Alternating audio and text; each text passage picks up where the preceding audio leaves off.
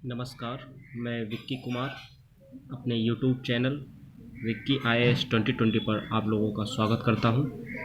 इस वीडियो में हम लोग BPSC के अर्थात Bihar public service commission Bihar लोक सेवा आयोग के संयुक्त प्रारंभिक प्रतियोगिता परीक्षा, जिसे BPSC प्री भी कहते हैं, उस परीक्षा के रीजनिंग यानी कि तर्क क्षमता के प्रश्न और उत्तर को देखेंगे। इसमें हम वर्ष 1994 से 2019 तक BPSC के PT में जितने भी रीजनिंग के प्रश्न पूछे गए हैं उन प्रश्नों को और उनके उत्तरों को देखेंगे। मेरा मानना है कि IAS की तैयारी के अंतर्गत भी जो उसमें CSAT के एग्ज़ाम जो होते हैं उसमें रीजनिंग के जो प्रश्न पूछे जाते हैं उनके अभ्यास के लिए जितने भी एग्ज़ाम होते हैं उनके रीजनिंग के प्रश्नों का अभ्यास करना भी ज़रूरी है। इसी क्रम में हमने BPSC के PT के रीजनिंग के प्रश्नों को इस वीडियो में अपलोड करने की कोशिश की है। तो अब ये जान लेते हैं कि BPSC में मैक्सिमम 4 प्रश्न पूछे जाते हैं और मिनिमम 0, अर्थात कभी एक भी प्रश्न नहीं पूछे जाते और कभी कभी 1, कभी 2, कभी 3 और कभी 4। मैक्सिमम आज तक 4 प्रश्न पूछे गए हैं। तो इसी क्रम में अब हम वर्ष 1994 के प्रश्न को लेते हैं। वर्ष 1994 में पहला प्रश्न था रीजनिंग के अंतर्गत, किसी कोड में हॉर्स को DRQNG लिखा गया है, तो इसी कोड में मंकी को कैसे लिखा जाएगा। इसके 4 विकल्प दिए गए हैं। अब हम इस प्रश्न को हल करने की दिशा में बढ़ते हैं। तो सर्वप्रथम पहले दिया हुआ है हॉर्स बराबर DRQNG, तो मंकी का मान लिखना है। तो हॉर्स बराबर DRQNG के रीजनिंग को देखेंगे कि क्या रीजनिंग लगी है इसमें, उसी रीजनिंग को इसमें अप्लाई करेंगे। जैसे देखिए, इसमें H के पहले G आता है, उसे इस तरफ लिखा गया है, यानी हॉर्स में बाएं से दाएं की तरफ और DRQNG में दाएं से बाएं की तरफ बढ़ते जाना है। यही इसमें रीजनिंग है पहला। और दूसरा रीजनिंग यह है कि हॉर्स में बाएं से दाएं की ओर बढ़ते हुए जो लेटर है वो DRQNG में दाएं से बाएं की ओर आते हुए जो लेटर हैं एक एक कम है। जैसे यहाँ पे H है तो H के पहले क्या है, G, उसे लिखा गया। उसी तरह O के पहले N है, उसे यहाँ लिखा गया है। R के पहले Q है, इसे लिखा गया है। S के पहले R है तो इसे यहाँ पे लिख दिया गया है। E के पहले D है तो उसे लिखा गया है। उसी प्रकार से अब हम मंकी को हल करेंगे। तो मंकी में M के पहले जो लेटर है उसे यहाँ पे पीछे से अर्थात दाएं तरफ से बाएं तरफ की ओर लिखेंगे। तो M के पहले जो लेटर आता है वह है N। उसी प्रकार से O के पहले आने वाला लेटर क्या है, O के पहले आने वाला लेटर है N। N के पहले आने वाला लेटर है M। K के पहले आने वाला लेटर है J और E के पहले D और Y के पहले X। अर्थात हमारे पास क्या आया मंकी के लिए? मंकी के लिए आया X D J M N L। और ये देखिए कौन से ऑप्शन में है, ये ऑप्शन ऑप्शन A में है, X D J M N L। इसलिए आंसर इसका क्या होगा? इसका आंसर होगा A, अर्थात इस प्रश्न का A वाला आंसर होगा। अब हम वर्ष 1994 के ही दूसरे रीजनिंग प्रश्न में आते हैं। इसमें जो रीजनिंग का प्रश्न है वो है, निम्नलिखित श्रृंखला में रिक्त स्थान में कौन सी संख्या आएगी। अर्थात ये श्रेणी क्रम का प्रश्न है, सीरीज का प्रश्न है, जिसमें 2, 4, 3, 9, 4, 16, 5, 25, 6 और इसके बाद जो आएगा उसे लिखना है।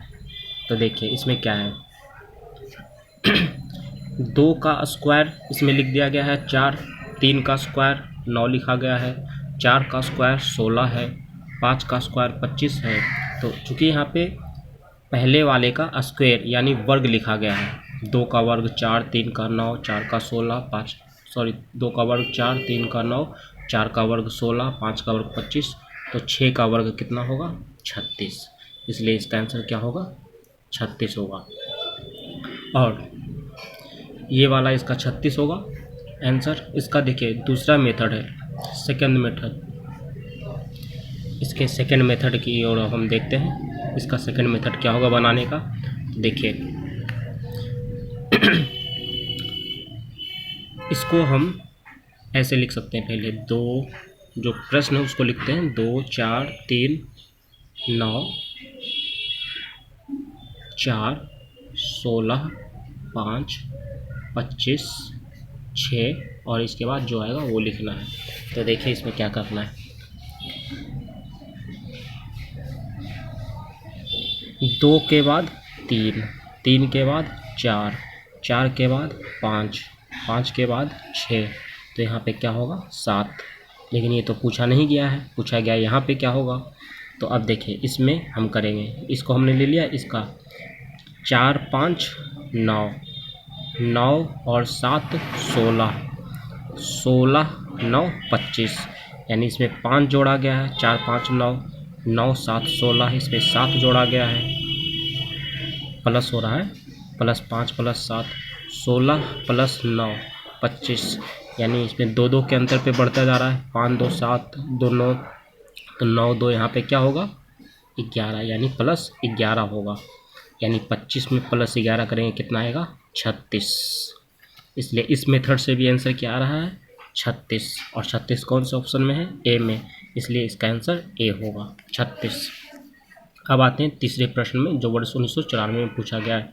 प्रश्न है x, y, z, u Wriddhiman क्रम में हैं और u, y, w ह्रासमान क्रम में है। वृद्धिमान मतलब बढ़ते हुए क्रम में, और u, y, w ह्रासमान क्रम में। ह्रासमान का अर्थ होता है वृद्धिमान का बढ़ते हुए क्रम में, ह्रासमान का घटते हुए क्रम में हैं।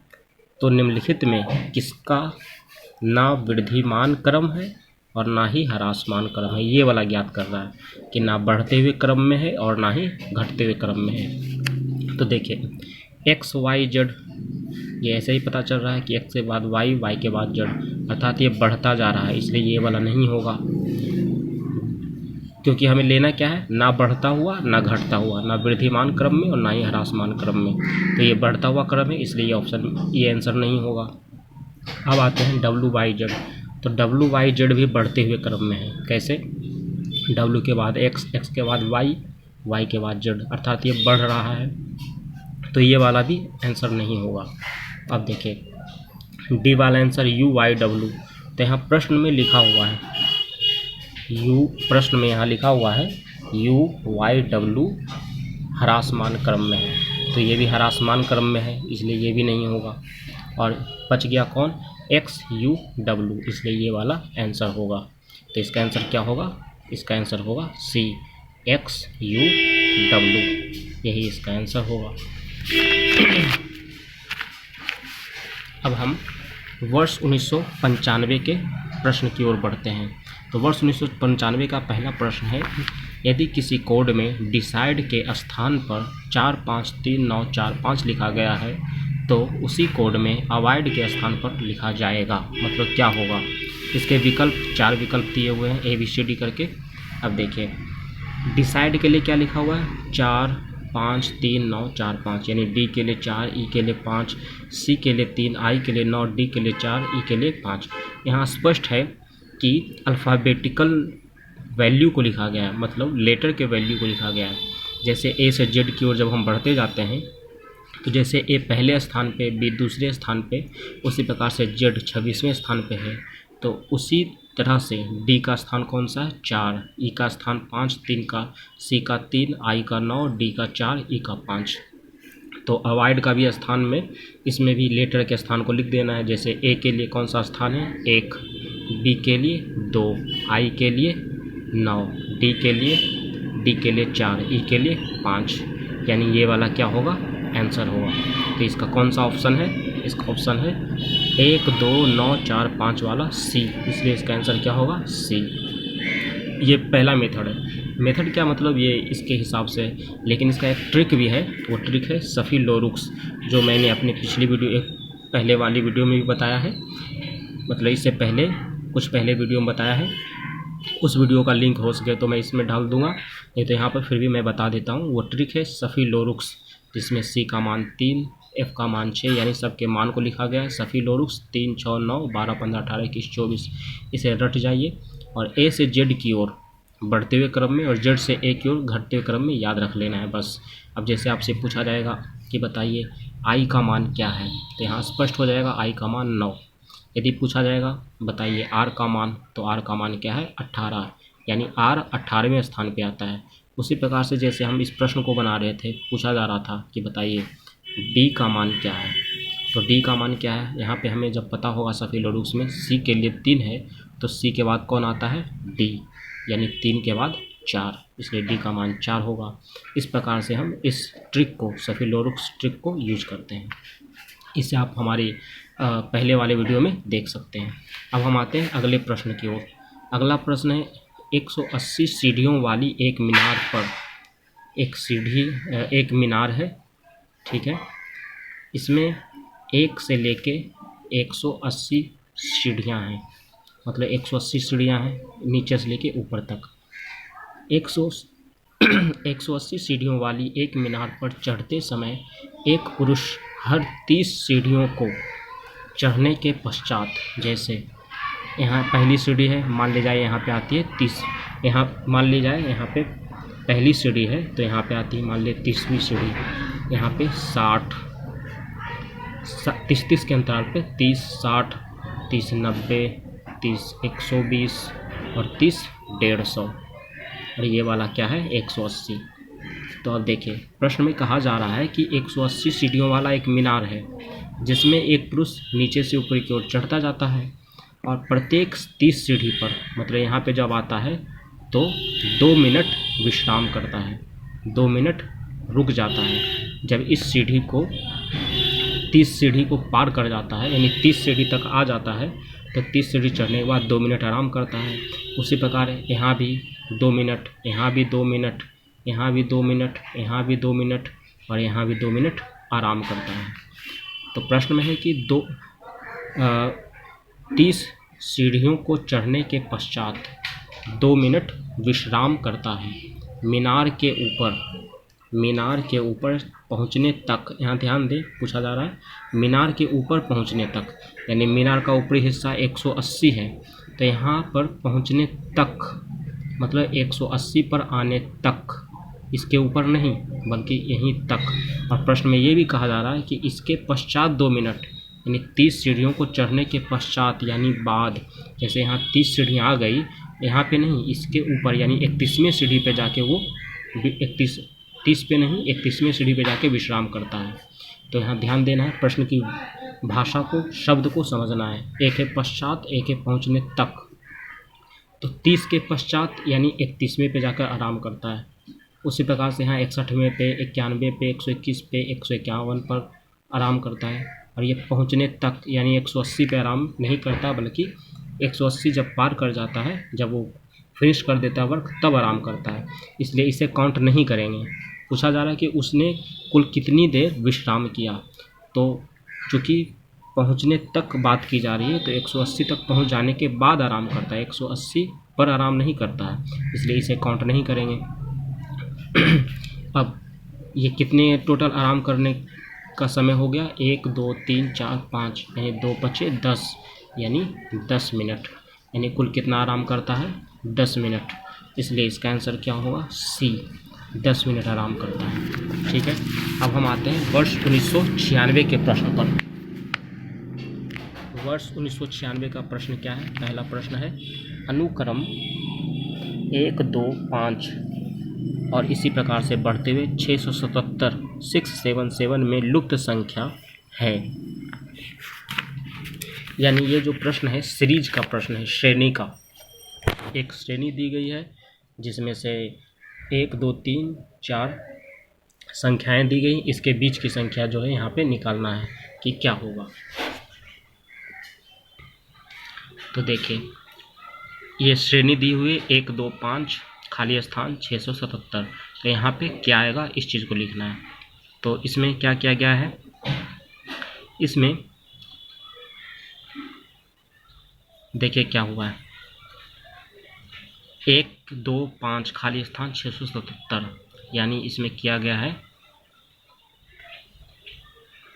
1 गुना 1 जोड़ 1 बराबर क्या होगा, 1 गुना 1 1 और 1 2। उसी प्रकार से 2 आ गया, ये 2, तो 2 को फिर 2 से गुना किया गया है और 1 जोड़ दिया गया है। ठीक है, या फिर इससे ऐसे देखते हैं, ये वाला नहीं, सबसे आसान तरीका लेते हैं। ये तरीका क्या है, देखिए प्रश्न है 1 2 5 खाली स्थान 677। तो क्या किया गया है कि पहले वाला का वर्ग और प्लस 1 बराबर कितना होगा 2, 1 का वर्ग 1 और जोड़ 1 2। उसी प्रकार जब 2 आ गया तो 2 का वर्ग जोड़ 1 कितना होगा 5, 2 2 नहीं 4 1 5, यहाँ पे 5 गया। फिर 5 का वर्ग किया गया है, ऊपर 1 जोड़ दिया गया है, 5 5 25 और 1 26। तो यहाँ पे क्या आना चाहिए 26। और फिर देखिए हम ये चेक करेंगे कि यहाँ पे 26 सही है कि नहीं। इस कैसे सही साबित होगा, इस 26 का यदि हम वर्ग करेंगे और उसे उसमें 1 जोड़ेंगे तो 677 आना चाहिए। तो 26 का वर्ग 676 प्लस 1 बराबर 677। इसका मतलब है पहली वाली संख्या का वर्ग किया गया है और 1 जोड़ दिया गया है। सब में वैसे ही किया गया है, 2 का वर्ग जोड़ 1, 5 का वर्ग जोड़ 1, फिर जो 26 आया है 26 का वर्ग जोड़ 1 677। यानी यही क्रम चल रहा है, ये अनुक्रम में यही तर्क, यही लॉजिक, यही ट्रिक चल रहा है। इसलिए इसका आंसर क्या होगा 26। यानी इसका कौन सा ऑप्शन होगा, इसका ऑप्शन होगा ए। अब हम आते हैं वर्ष 1998 के प्रश्न की ओर। वर्ष 1998 में प्रश्न पूछा गया है, श्रेणी 1 5 13 29 61 के क्रम में 6वें स्थान पर आने वाली संख्या क्या होगी। तो देखिए 1 2 3 4 5 5 संख्याएं दी गई हैं श्रेणी क्रम में, 6वीं संख्या क्या होगी ये पूछा गया है। तो देखिए इसका फर्स्ट मेथड क्या है, 1 5 13 29 61 के बाद जो संख्या आएगी क्या होगा, इसका फर्स्ट मेथड है।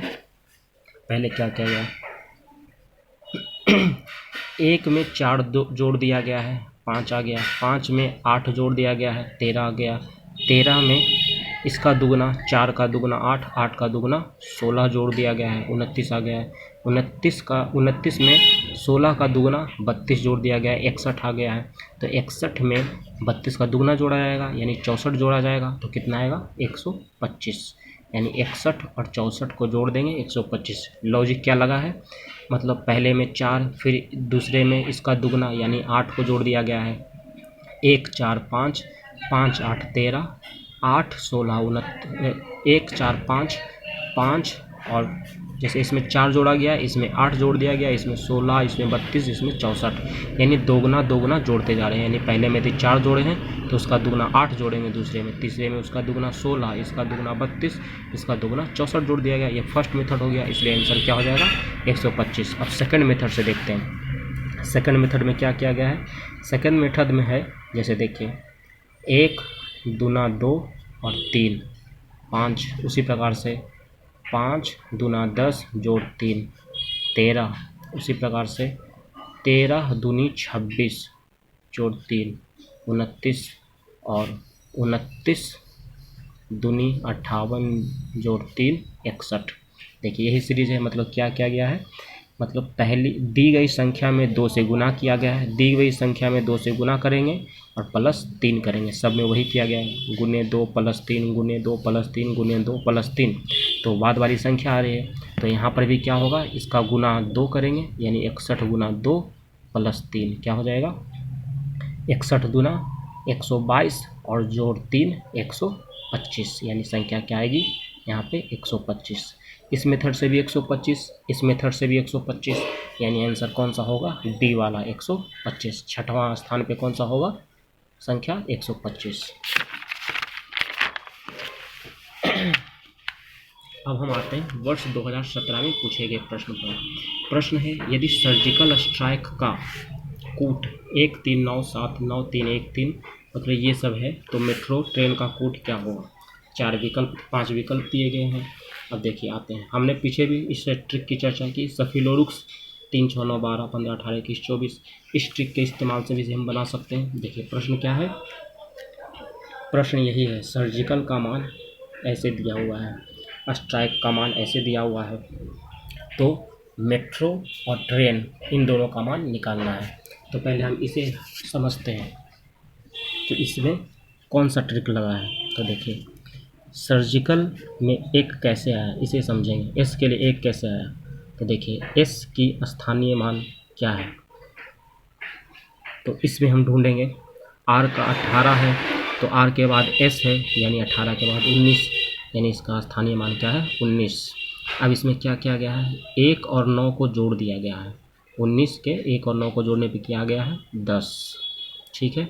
अब इस 10 में से 1 और 0 को जोड़ दिया गया है, तो 1 और 0 को जोड़ने पे क्या आ गया है 1, वही 1 यहाँ पे लिखा गया है।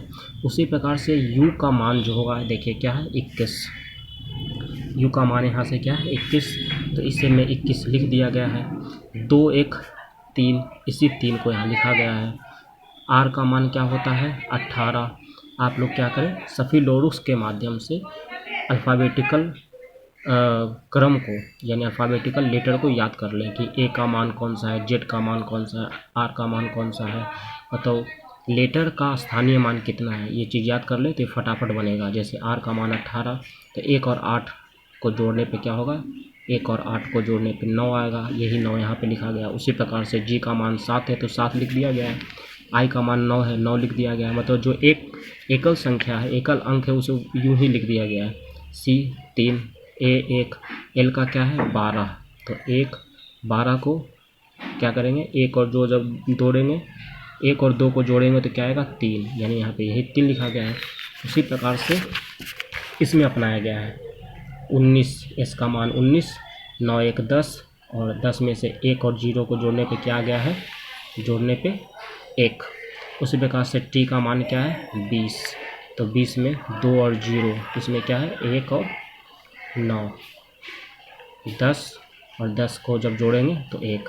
इसमें टी का मान क्या है 20, 2 और 0 को जोड़ने पे क्या आएगा 2, यही 2 लिखा गया है। आर का मान क्या होता है 18, इस 18 में 1 और 8 को जोड़ने पे क्या आएगा 9। फिर उसी प्रकार से आई का मान तो 9 है ही। के का मान क्या होता है 11, के का मान होता है 11, 1 और 1 को जब जोड़ देंगे, 1 जोड़ 1 को जोड़ेंगे तो क्या आएगा 2, इसी 2 को लिखा गया है। ई का मान 5 होता ही है, एकल है, इसलिए इसे ऐसे ही रहने दिया गया है। इसका मतलब इसमें भी हम वही रीजनिंग लगाएंगे।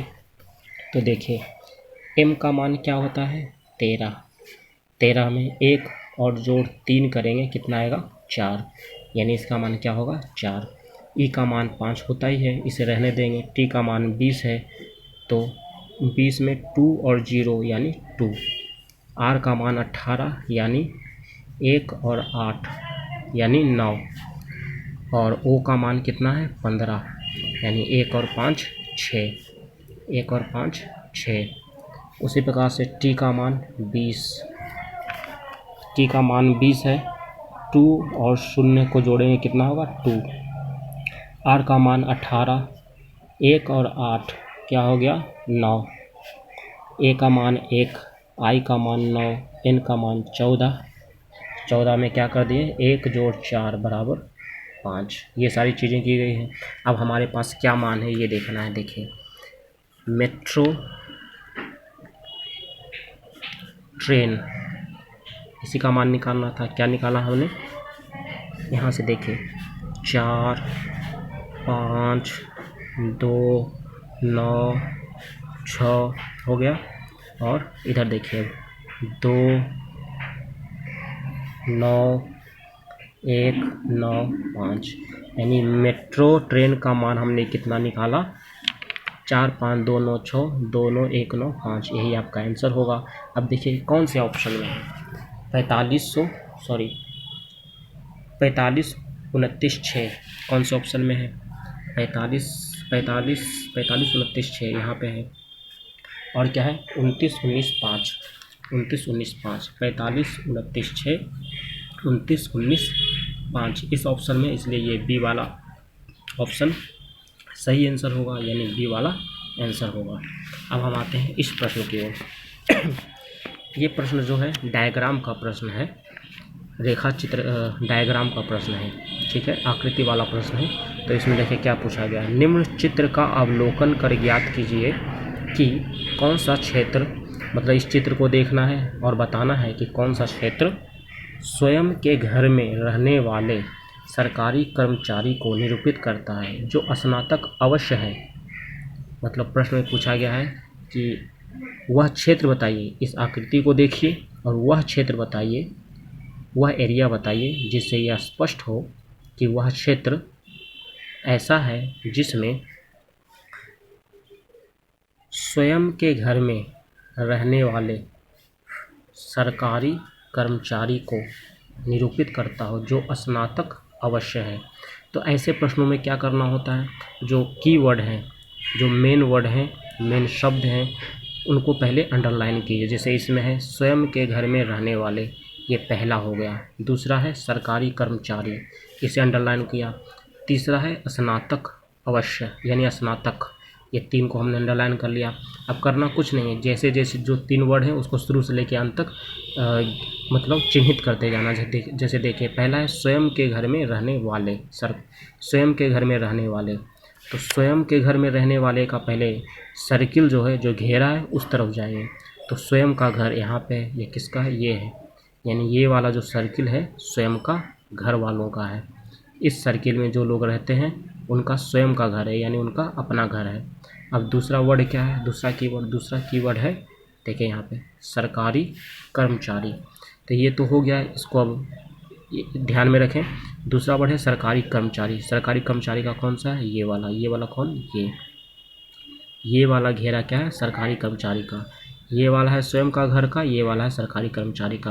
अब पहले इन दोनों में देखिए कि वैसा क्षेत्र कौन सा है जो जिनका स्वयं का घर भी है और जो सरकारी कर्मचारी भी हैं। तो उसमें से कौन सा क्षेत्र आएगा जो दोनों में आए, स्वयं का घर भी और सरकारी कर्मचारी भी।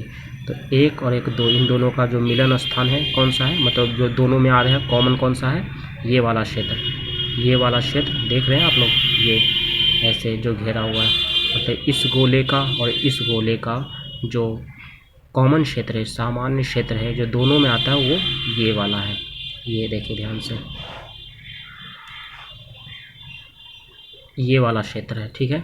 अब आते हैं तीसरे वर्ड की ओर। तीसरा वर्ड है स्नातक अवश्य।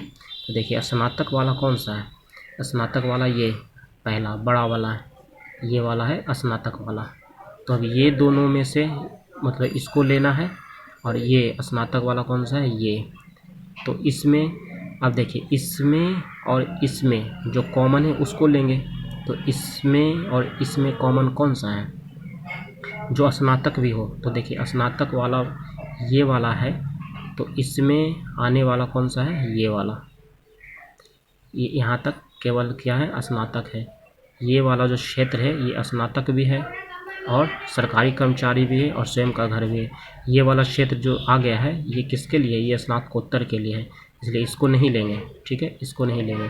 तो अब देखिए स्वयं का घर, ठीक है, स्वयं का घर के लिए कौन सा है, ये वाला है स्वयं का घर, उसमें ये भी आता है। सरकारी कर्मचारी ये वाला है जिसमें ये भी आता है।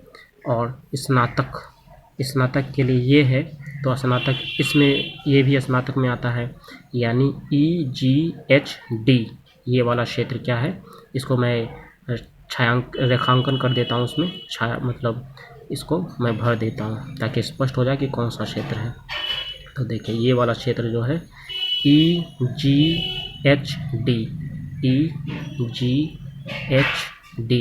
ये वाला क्षेत्र जो है ऐसा क्षेत्र है जिसमें जिनका स्वयं का घर भी है, सरकारी कर्मचारी भी वो हैं, और ये लोग स्नातक अवश्य हैं, यानी स्नातक भी किए हुए हैं, यही क्षेत्र वो है। इसमें करना क्या था, कीवर्ड को पहले चिन्हित कर देना, अंडरलाइन करना, जैसे स्वयं के घर में रहने वाले, फिर दूसरा है सरकारी कर्मचारी, तीसरा है स्नातक अवश्य। अब देखिए इसमें सबको अलग अलग करके करते जाएंगे तो क्षेत्र कौन सा आएगा, EGHD ये वाला क्षेत्र आएगा। तो इसका सही ऑप्शन क्या है, इसका सही ऑप्शन है EGHD। कुछ लोग ये बताते हैं, इस प्रश्न पर विवाद भी हुआ था जिसमें कुछ लोगों ने कहा था कि उपयुक्त में से कोई नहीं, क्योंकि स्पष्ट नहीं है, कुछ लोगों ने कहा था, लेकिन यहाँ तो स्पष्ट है ही, EGHD जो तीनों में कॉमन आता है, इसलिए इसका आंसर क्या होगा, EGHD। अब हम आते हैं अगले प्रश्न की ओर। अगला प्रश्न क्या है, अंकों तथा अक्षरों की श्रेणी। अंक ये हैं 26, अक्षर क्या है, A और H। A 26H, C 24F, G 20B का अगला पद होगा। मतलब 3 श्रेणी क्रम का प्रश्न है सीरीज का, जिसमें से 3 श्रेणियां दी गई हैं, 3 क्रम दिए गए हैं, पहला, दूसरा, तीसरा। तो चौथा क्रम क्या होगा, देखिए 4-5 विकल्प दिए गए हैं, इनमें से चुनना है। तो हम आते हैं इसमें, पहला क्रम क्या है, A 26H, C 24F, G 20B। तो इसके क्रम को अपन पकड़ना है कि कौन सा क्रम है, उसके उसी के अनुसार से अगला क्रम या अगला जो पद होगा, जो टर्म होगा वो आ जाएगा। तो देखिए क्या करना है, A के बाद C कैसे आया, C के बाद G कैसे आया, ये देखना है। तो A के बाद C कैसे आया, इसमें +2 किए, मतलब A का मान यदि 1 है, मतलब A में +2 करेंगे, B और C को जब जोड़ेंगे, B देखिए ऐसे, ये वाला जो है A पहले स्थान पे आता है, A जो है पहले स्थान पे आता है, C है तीसरे स्थान पे आता है, G 7वें स्थान पे आता है। सफिलोडुस के हिसाब से भी, या ABCD को जब हम पढ़ेंगे तो A का स्थान पहला है, C का स्थान तीसरा है, G का 7वां है। तो देखेंगे 1 और 3, तो 1 और 3 में कितने का अंतर है, 2 का, यानी 1 से 3 बढ़ा यानी प्लस हुआ, यानी +2। 3 से 7 हुआ यानी क्या हुआ, +4 हुआ इसमें। उसी प्रकार से H का मान कितना है, 8, F का मान कितना है, 6, और B का मान कितना है, 2। अब इसमें क्या हुआ, 8 में 8 के बाद 6 हो गया, यानी क्या हो गया, -2 हो गया, 2 घट गया, 8 से 6 हो गया यानी 2 कम गया, माइनस हुआ।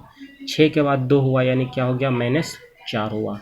6 के बाद 2 हो गया यानी कम गया, कितना कमा, 4 कमा, तो माइनस हो गया। अब देखिए उसी प्रकार से इसमें क्या होगा, चूँकि 2 बढ़ा 4 बढ़ा, यानी 2 के अंतर से बढ़ रहा है, तो अगला टर्म क्या होगा, यानी यहाँ पे +6 होगा। जैसे +2 है, +4 है, तो यहाँ पे +6 होना चाहिए। तो 7 और +6 कितना होगा, 13। 13 किसके लिए है, M के लिए। देखिए +2 +4 यानी +6 अगला टर्म होगा। तो +6 किस में होगा, 7 में। तो 7 + 6 क्या हो गया, 13। 13 किसकी वैल्यू है, M की। चूँकि यहाँ पे लेटर लिखा गया तो यहाँ भी लेटर लिखा जाएगा। 13 के लिए लेटर कौन सा है, M। उसी प्रकार से यहाँ देखिए HFB, तो यहाँ पे अगला लेटर कौन होगा, -2 -4, तो यहाँ पे क्या होगा, -6। तो -6 किस में, B में करेंगे -6, यानी देखिए ये जो B है, A है, इसके पहले BA, उसके बाद जब BA ख़त्म होता है, यानी एक जब ये ख़त्म होगा तो इसके पहले क्या है, Z, फिर क्या है, Y, फिर क्या है, X, फिर क्या है, W, फिर क्या है, U, V, U, ऐसे करके है। तो देखिए इसमें क्या किया गया, B में -6 करना है, यानी पहले तो 2 ये ख़त्म हुआ, यानी 6 घटाना है इस तरफ से, घटने के क्रम में। तो 1 2 ख़त्म, 3 4 5 6 ख़त्म हो गया, क्या बचा, भी, यानी यहाँ पे क्या आएगा, यहाँ पे आएगा भी। ठीक है। अब देखिए इसमें 26 से 24 क्या हो गया, -2। 24 से 20 क्या हो गया, -4, यानी -2 -4 के क्रम में यहाँ पे क्या होगा, -6 होगा, क्योंकि 2 के अंतराल से कमते जा रहा है, घटते जा रहा है। तो -2 -4 -6, तो 20 में से 6 घटा क्या हो गया, 14। यानी अब हमारे पास कौन सा टर्म आया, M14V, यानी आंसर क्या होगा, आंसर होगा M14V। इसी टर्म में लिखेंगे। इसमें से ऑप्शन में कोई है, देखिए इसमें से M13D है, ये नहीं होगा। M12B है, ये भी नहीं होगा। 0 वाला, O वाला तो बिल्कुल नहीं होगा। D वाला है M14 मिल रहा है। यहाँ पे E है, लेकिन यहाँ पे V है आंसर में, तो ये वाला भी नहीं होगा। तो ऑप्शन क्या होगा, उपयुक्त में से कोई नहीं, क्योंकि हमारा आंसर क्या है M14 भी, और ये M14 भी ऊपर में किसी में नहीं है, इसलिए कौन सा आंसर होगा ई वाला, उपयुक्त में से कोई नहीं, इसका सही आंसर होगा ई। अब हम आते हैं नेक्स्ट प्रश्न की ओर, अगले प्रश्न की ओर। अगला प्रश्न है यदि ची प्लस गुणा को, गुणा योग को, माइनस विभाजन को, भाग अंतर को, से बड़ा है बराबर को, से बड़ा है या से अधिक है बराबर को, तथा बराबर से अधिक है बराबर अधिक है को निरूपित करते हैं, तो निम्न में से कौन सा संबंध सत्य है। ये 4 विकल्प दिए गए हैं, 4 नहीं 5, 5वां विकल्प भी है, 5 विकल्प दिए गए हैं, इनमें से कौन सा सत्य है। तो देखिए दिया हुआ क्या प्रश्न में है, प्लस की वैल्यू दी हुई है गुना, मैंने प्लस का मान प्लस बराबर है गुना के, गुना को प्लस माना गया, माइनस को भाग माना गया, भाग को माइनस माना गया है, से अधिक या से बड़ा को बराबर माना गया है, बराबर को से अधिक माना गया है। तो देखिए इसमें पहला ट्रिक क्या है, जब भी ऐसे प्रश्न हो, इस प्रकार के जब भी ऐसे प्रश्न हो तो आँख मूंद कर एक काम करें, चुटकी में ये हल हो जाएगा। देखिए कैसा, इसका ट्रिक है कि प्लस वाले को घेर कर चेक करें, यदि पूरी तरह विभाजित हो तो ये आंसर होगा। देखिए क्या करना है, इसमें प्लस वाले को नहीं बल्कि भाग वाले को, तो इसमें क्या है देखिए, ऑप्शन में जाइए, भाग कहाँ कहाँ इसको घेरिए, जैसे 3 भाग 8 इसको घेर दिया हमने, और कहाँ इसमें 2 भाग 4 इसको घेर दिया हमने, इसमें 7 भाग 2 इसको घेर दिया हमने, इसमें 3 भाग 3 इसको घेर दिया हमने। ठीक है, उसके बाद क्या करना है, भाग दीजिए जिसको आपने घेरा, इन दोनों के बीच भाग दीजिए, इन दोनों के बीच, इन दोनों के बीच, इन दोनों के बीच भाग दीजिए, और जो भाग पूरी तरह से लग जाएगा जिसमें, वही आंसर होगा। जैसे देखिए 3 को भाग देंगे 8 से, तो ये 3 भाग 8 है, यानी 8 को भाग देना है 3 से, तो 8 3 भाग लगेगा, पूरी तरह से नहीं, इसलिए ये भी नहीं होगा आंसर में, ट्रिक के हिसाब से। दूसरा है 2 भाग 4, यानी 4 से भाग देना है 2 में, तो 4 से भाग 2 में लगेगा, पूरी तरह से कटेगा नहीं, ये भी आंसर नहीं होगा। 7 भाग 2, यानी 2 को भाग देना है 7 से, तो ये पूरी तरह से कटेगा नहीं, शेष 1 आ जाएगा, तो ये भी आंसर नहीं होगा। लेकिन इसमें 3 भाग 3 है, यानी 3 को भाग देना है 3 से, तो एक बार में 3 कट जाता है, शेष कुछ भी नहीं बचता है, तो वो क्या होगा आंसर, तो 1 आएगा इसका भागफल, पूरी तरह से कट गया, जबकि इन तीनों में पूरी तरह से कटा नहीं, कटा ना, पूरी तरह से विभाजित नहीं हुआ, इसलिए ये वाला हमने ऑप्शन से हटा दिया। लेकिन ये 3 भाग 3 देने पे पूरी तरह से कट रहा है, इसलिए ये वाला डी क्या होगा आंसर होगा। ये सिर्फ ट्रिक है, और ये तभी यूज करें जब आपके पास समय ना हो तब, या फिर आप जल्दी बनाना चाहें तब इस ट्रिक का यूज करें क्या कि ऐसे प्रश्नों में भाग वाले को घेर करके भाग विभाजित करें, जो पूरी तरह विभाजित हो जाए वही आंसर होगा। जब आपके पास समय ना रहे तब ऐसे बनाइए, यदि समय हो तब आराम से ऐसे बनाइए। क्या करें, दूसरा मेथड, सबको जैसे पहला है 12 - 2 + 3 भाग 8 गुने 1 बराबर 12, से बड़ा है 12, यानी ये वाला है। ठीक है, तो इसका चिन्ह बदलने पर क्या होगा, अब हम इसको विस्तार से बनाएंगे। देखिए चिन्ह बदलने पे क्या होगा, तो चिन्ह बदलने पे क्या होगा, ये है 12 और ये है माइनस के लिए क्या है, यहाँ देखें माइनस के लिए भाग, तो हमने भाग दिया, फिर 2 लिखा, प्लस के लिए क्या है, प्लस के लिए यहाँ पे देखिए है गुना, हमने गुना लिखा, क्या है 3, भाग के लिए क्या है, यहाँ भाग है तो भाग के लिए क्या है माइनस, माइनस लिखा, फिर 8 है, फिर गुना के लिए क्या है, गुना के लिए है प्लस, यहाँ प्लस लिखा, इसके बाद क्या है 1, से अधिक के लिए क्या है, से अधिक के लिए है बराबर, बराबर लिखा, ये है 12, तो हमने 12 लिखा। अब इसको हल करके देखेंगे कि ये क्या वास्तव में इनको हल करने पे 12 आ रहा है, तो देखते हैं। या पहले क्या है नियम, इसका क्या है,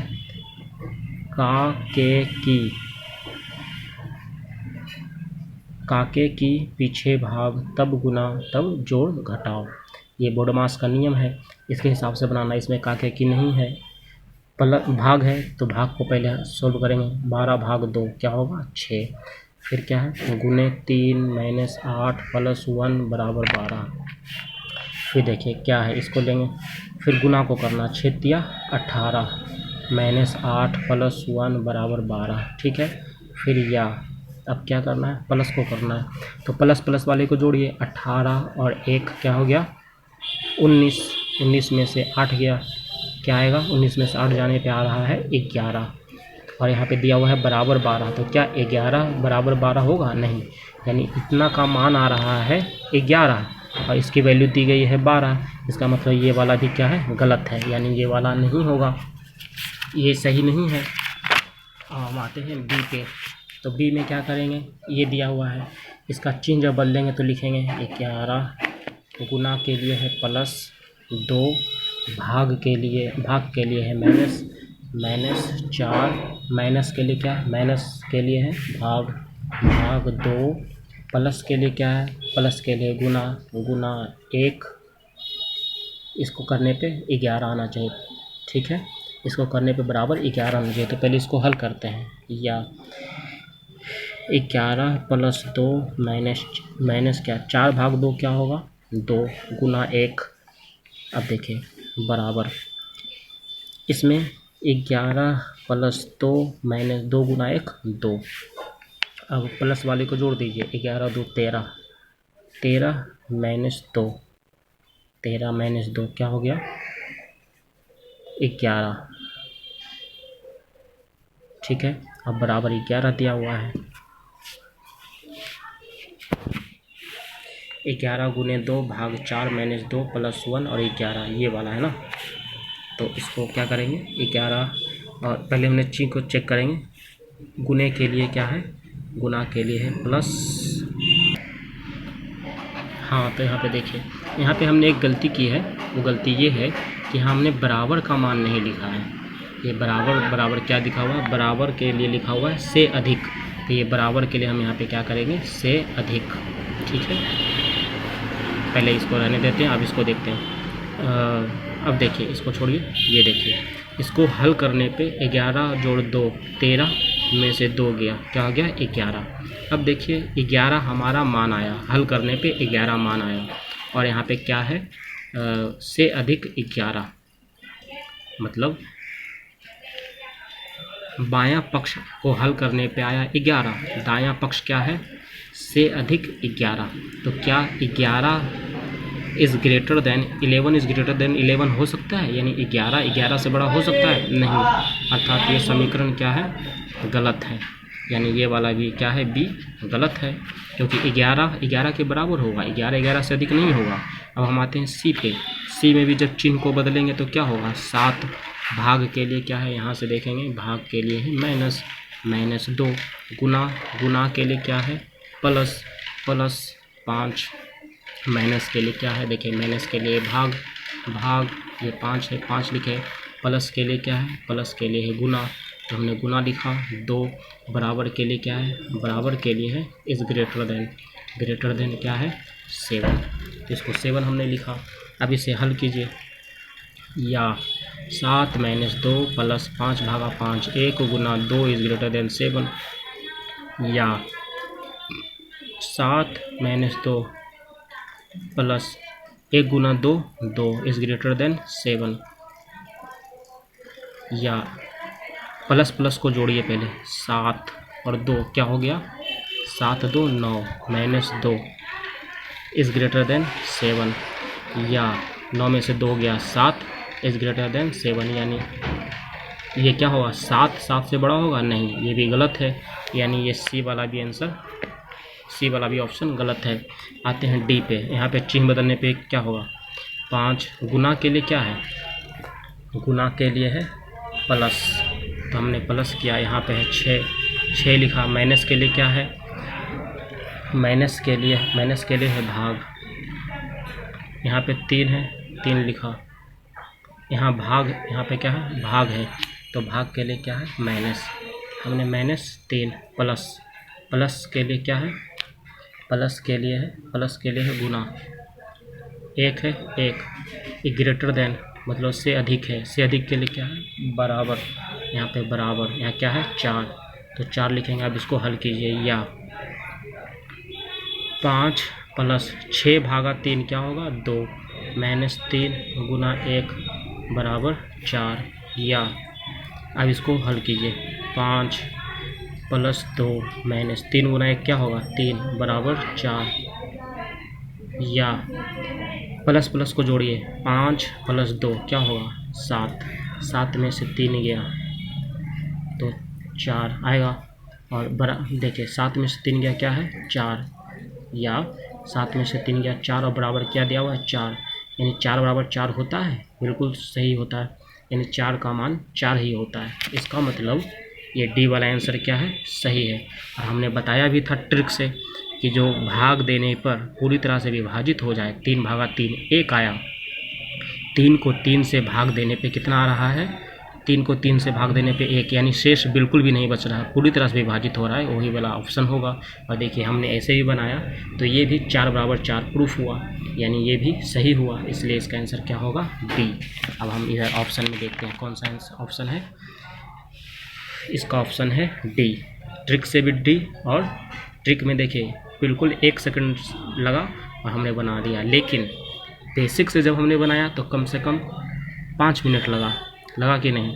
तो ट्रिक को यूज कीजिए 3/3 1, और जब टाइम रहे तो क्या करें बेसिक से बनाएं।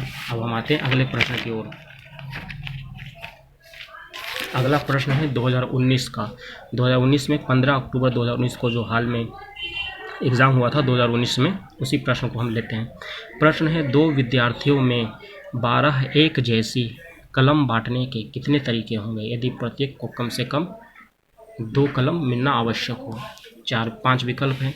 अब देखिए प्रश्न क्या है, 12 कलम है, कुल कलम कितने हैं, कुल कलम है 12, और सभी कलम एक ही तरह का, मान लीजिए ये वाली पेन है, ठीक है, या मान लीजिए ये वाली पेन है लिंक ग्लाइसर की, या मान लीजिए ये पेन है, कोई भी लिखो फेंको यूज कर समझते हैं कि यही पेन है। ये 12 इस प्रकार की 12 कलमें हैं, और 2 विद्यार्थी है ए और बी, और दोनों को देना है इस प्रकार से कि एक विद्यार्थी को चाहे ए हो या बी कम से कम 2 कलम मिलनी चाहिए, ठीक है। और कुल 12 कलम में है तो कितनी प्रकार से इसे बांटेंगे, तो देखिए क्या होगा। ए को यदि हम 2 कलम देंगे तो बी को कितनी कलम बचेगी, बी के लिए 10। मान ले जाए बी को हम 2 कलम देते हैं तो ए के लिए कितनी बचेगी 10, ठीक है। कहा जा रहा है कि प्रत्येक को कम से कम, यहाँ ध्यान दें वर्ड पे, शब्द पे, कम से कम 2 कलम, ठीक है, कम से कम 2 कलम, यानी 2 से अधिक हम दे सकते हैं लेकिन कम से कम 2 होना चाहिए, यानी 2 से अधिक हम दे सकते हैं। तो मान ले जाए ए को यदि हम 3 कलम देते हैं तो बी के लिए कितना होगा 9 कलम। यदि मान ले जाए बी को ही हम 3 दे देते हैं तो ए के लिए 9। ए को यदि मान ले जाए हम 4 कलम देते हैं तो बी को कितना मिलेगा 8। मान ले जाए यदि हम बी को ही 4 कलम दे देते हैं तो ए के लिए कितना होगा 8। मान ले जाए हम ए को ही 5 कलम देते हैं तो बी को कितना मिलेगा, कितना कलम बचेगा 12 में से 7 कलम। मान ले जाए हम बी को ही 5 कलम दे देते हैं तो ए के लिए कितना बचेगा, ए के लिए बचेगा 7 कलम, ठीक है। अब मान ले जाए हम ए को दे देते हैं कितना कलम, ए को दे देते हैं 6 कलम, तो बी के लिए कितना बचेगा 12 में से 6 कलम। अब ये 12 6 का विभाजन हो गया। अब यदि हम ए को देते हैं 7 कलम तो बी को बचेगा 5 कलम, जो कि हम पहले कर चुके हैं। 7 कलम तो 5 कलम, 5 कलम तो 7 कलम, मतलब अब इस प्रकार से यहाँ अंतिम आ गया स्थिति, अंतिम स्थिति आ गई। तो कुल कितने तरीके हुए देखिए, 12 कलम थे, 2 विद्यार्थी थे, कम से कम 2 बांटना था, 2 से अधिक दे सकते हैं लेकिन कम से कम 2 बांटना है, दोनों में 2-2 देना है कम से कम। तो देखिए कितना तरीका हुआ, पहला तरीका, दूसरा तरीका, तीसरा तरीका, चौथा तरीका, पांचवा तरीका, छठा तरीका, सातवां तरीका, आठवां तरीका, और ये एक ऊपर है 6 वाला 9वां तरीका। यानी कुल कितने तरीके हुए, कुल 9 तरीके हुए, 9 वेज, ठीक है। यानी इसका आंसर कौन सा है, ऑप्शन सही ऑप्शन क्या है बी। यानी 9 ऐसे तरीके हैं जिनमें से दोनों विद्यार्थियों को कम से कम 2-2 कलम अवश्य मिलेंगे, और 12 कलमों का विभाजन 9 तरीकों से हो जाएगा, ठीक है, जो कि 9 तरीके ये वाली हैं, ठीक। अब हम आते हैं अगले प्रश्न की ओर। सॉरी, अब प्रश्न नहीं है, मतलब 2019 में 15 अक्टूबर को एक ही प्रश्न पूछा गया था। अब हम ये देखते हैं कि कब कितने प्रश्न पूछे गए हैं, ठीक है, और किस किस प्रकार के प्रश्न पूछे गए हैं। तो देखिए 1994 में 3 प्रश्न पूछे गए हैं, 1, 2, 3 प्रश्न। पहला प्रश्न था कोडिंग डिकोडिंग से, अल्फ़ाबेटिकल रीजनिंग था कोडिंग डिकोडिंग से। दूसरा प्रश्न था श्रृंखला से, सीरीज से। तीसरा प्रश्न था वो ये भी है, सामान्य प्रश्न है, बढ़ते क्रम घटते क्रम। इसको भी हम अल्फ़ाबेटिकल रीजनिंग के अंतर्गत ही या सीरीज के अंतर्गत ही रखेंगे। 3 प्रश्न पूछा गया है वर्ष 1994 में। वर्ष 1995 में कितने प्रश्न? 1, 2, मतलब 2 प्रश्न पूछे गए हैं। ये अल्फ़ाबेटिकल रीजनिंग का प्रश्न है, कोडिंग डिकोडिंग का। ये वाला सामान्य प्रश्न है, मैथमेटिकल टाइप का है, थोड़ा थिंकिंग टाइप का प्रश्न है। 2 प्रश्न वर्ष 1995 में। वर्ष 1996 में कितने प्रश्न पूछे गए हैं? मात्र 1 प्रश्न वर्ष 1996 में, वो भी सीरीज पर क्रम वाला, संख्या क्रम वाला प्रश्न पूछा गया है। वर्ष 1998 में कितने प्रश्न हैं? एक प्रश्न। वर्ष 1998 में एक ही प्रश्न है, वो भी सीरीज के प्रश्न है। वर्ष 1900 उसके बाद फिर 2017 में पूछा गया है। उससे पहले मतलब वर्ष 1998 के बाद या तो कुछ एग्ज़ाम नहीं हुए हैं, और उन यदि हुए भी हैं तो उनमें प्रश्न नहीं पूछे गए हैं रीजनिंग के।